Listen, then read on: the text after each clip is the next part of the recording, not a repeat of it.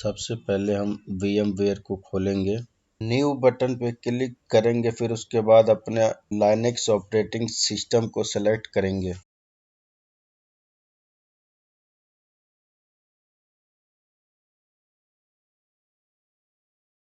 फिर दोस्तों इसके अंदर हम नेक्स्ट बटन दबाएंगे। उसके बाद दोस्तों हमारा रैम का ऑप्शन आएगा। उसके बाद हम 1 GB रैम सेलेक्ट करेंगे।